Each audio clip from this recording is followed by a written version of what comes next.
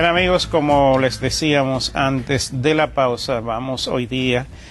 a volver con el tema del paquete fiscal para darle seguimiento a cómo han ido evolucionando los acontecimientos.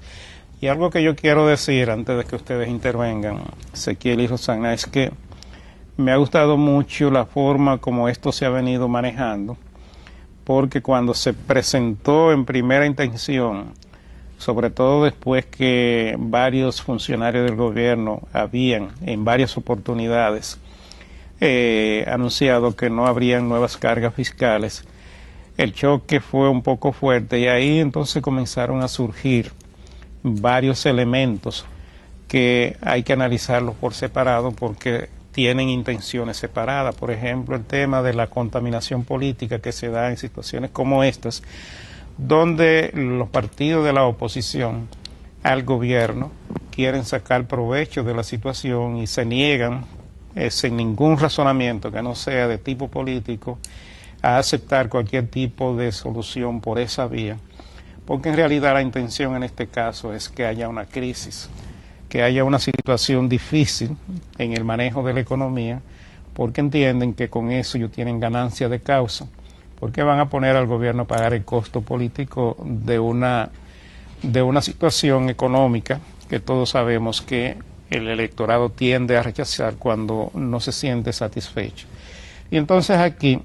no se toma en cuenta el tema del efecto de los precios internacionales, solamente se le señala al gobierno algo, en lo cual tienen alguna razón, que es el hecho de que no ha habido una verdadera disciplina en el gasto.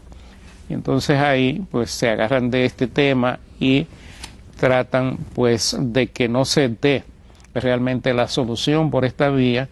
porque eso llevaría, de acuerdo a como ellos tienen la intención de que ocurra,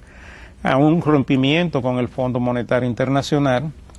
Este rompimiento con el Fondo Monetario Internacional crearía varias consecuencias y varios resultados negativos, porque cerraría prácticamente la puerta del país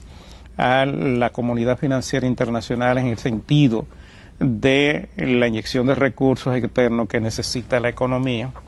incluyendo los 1.000 millones que dejaría de recibir el gobierno como resultado de la continuidad del acuerdo con el Fondo Monetario Internacional. Se entiende que esto crearía una situación de incertidumbre, de rompimiento de la estabilidad macroeconómica, de salida de capitales, de incrementos exorbitantes en los precios, se dispararía la tasa de cambio y toda una serie de situaciones que se derivan, como ocurrió precisamente en el 2003-2004, de una situación en la cual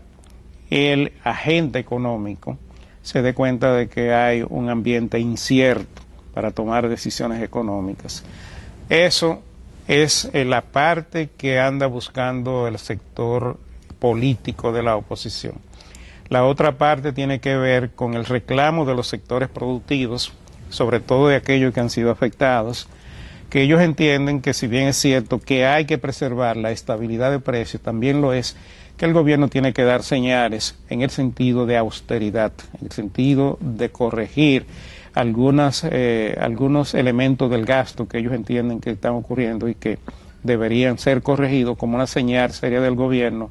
a los fines de que no solamente se le pida al sector más ingresos por la vía de los impuestos, sino que también se corrijan situaciones en el gasto que muy bien pueden, yo creo, corregirse. Lo otro es el ambiente general de toda la población y lo que sufre la población en una situación como esta, donde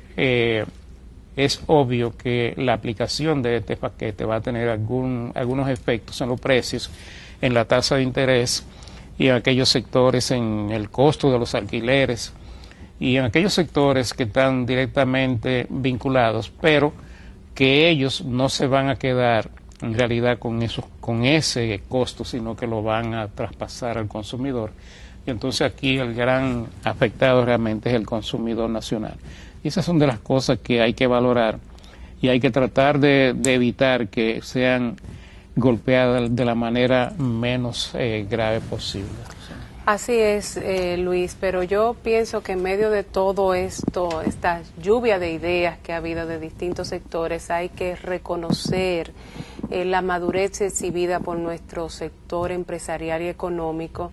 que aún viendo la situación que siempre hay de rechazo, como es natural, a nuevos impuestos, pues se ha puesto sobre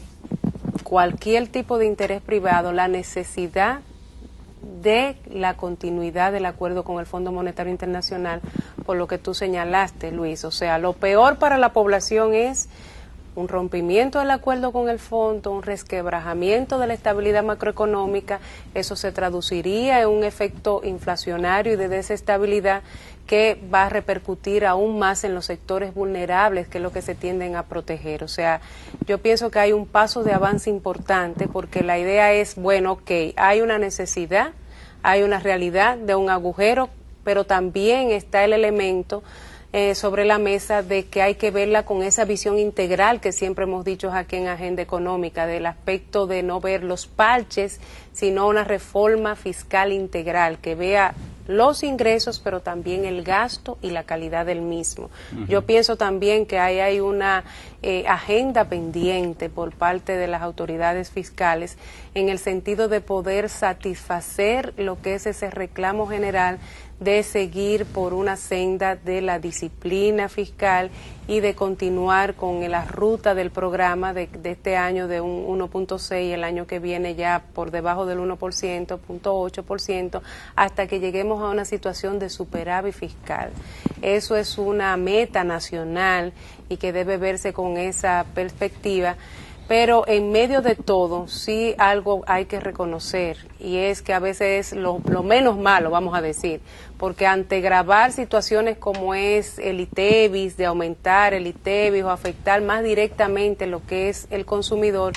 estamos hablando aquí de una serie de impuestos en cierto sentido progresivos que afectan a los más pudientes. Hay algunos aspectos en los que estamos de acuerdo, hay otros que se pueden afinar. Ya vimos un paso de avance con la banca y las autoridades del equipo económico, donde se está gravando no el total de activos, sino en los activos productivos, básicamente la cartera de préstamos y las inversiones, con una visión de temporalidad,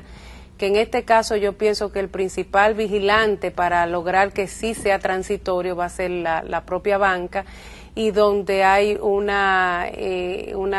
actitud de poder pasar esta situación que se presenta para poder completar la quinta y la sexta revisión, que es una decisión, miren, de estrategia nacional.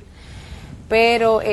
todavía el Congreso dice que va a haber modificaciones de esta propuesta, están escuchando a los distintos sectores de la vida nacional que están afectados, hay un consenso generalizado en lo que tiene que ver con los juegos de azar y los casinos, con esa parte, con el mismo tema suntuario. Hay un reconocimiento de que a nivel mundial siempre se ha hecho esa aplicación de no verlo por inmueble, sino verlo por persona, porque alguien me decía, bueno, yo tengo un apartamento de 7 millones, entonces tengo que pagar, pero una persona tiene 50 millones en 10 apartamentos de 5 y entonces no tiene que pagar. ¿Quién es más rico? Yo que tengo uno de 7, otro que tiene de 50, o sea que, ¿a quién es que tengo que grabar? ¿A la riqueza o no? Hay elementos que hay que poner sobre la mesa. Lo que sí la gente dice, bueno, pero cuando se ve la premura y no se ve como parte de una estrategia o no se ven todos los pilares de lo que debe tener la fundamentación, pues entonces vienen también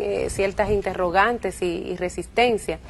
Pero yo pienso que indiscutiblemente esa reforma fiscal, con enmiendas o no, se tendrá que aprobar,